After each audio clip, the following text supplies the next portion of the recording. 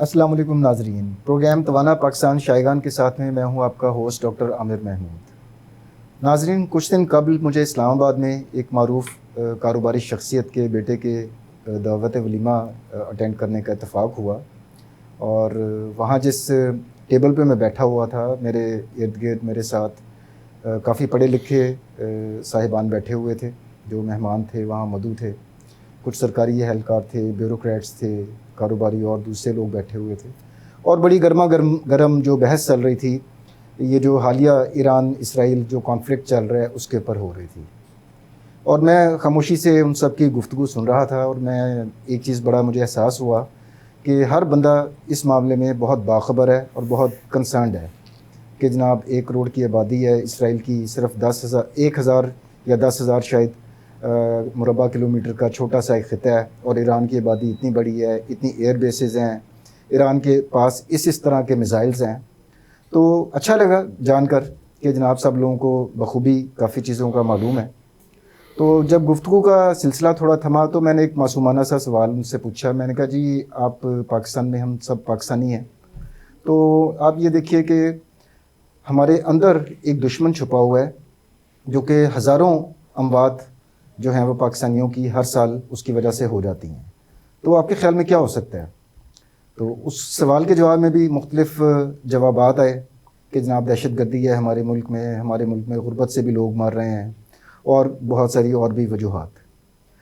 تو پھر میں نے ان سے پوچھا کہ جی آپ لوگ جس چیز کی طرف میں آپ کو لانا چاہ رہا تھا وہ ایک ایسی بیماری ہے جس کے 3 کروڑ مریض اس وقت پاکستان میں موجود ہیں، اور ہر گزرتے دن کے ساتھ ان کی تعداد میں اضافہ ہو رہا ہے، اور یہ جو ہزاروں اموات کا میں ذکر کر رہا ہوں یہ ایک ہمارا اندرونی دشمن ہے جسے ہم ڈائبٹیز یا شوگر یا ذیابیطس کہتے ہیں، اس کی میں بات کر رہا ہوں کہ جناب یہ ہمارے اپنے گھر میں بیٹھ کے ہمارے لوگوں کو مار رہا ہے، اور ہمیں اس کے متعلق بھی اتنا ہی بہتر طریقے سے ادراک ہونا چاہیے جتنا کہ ہم عالمی سطح کے اوپر مختلف تنازعات کا ہمیں ادراک ہو رہا ہوتا ہے۔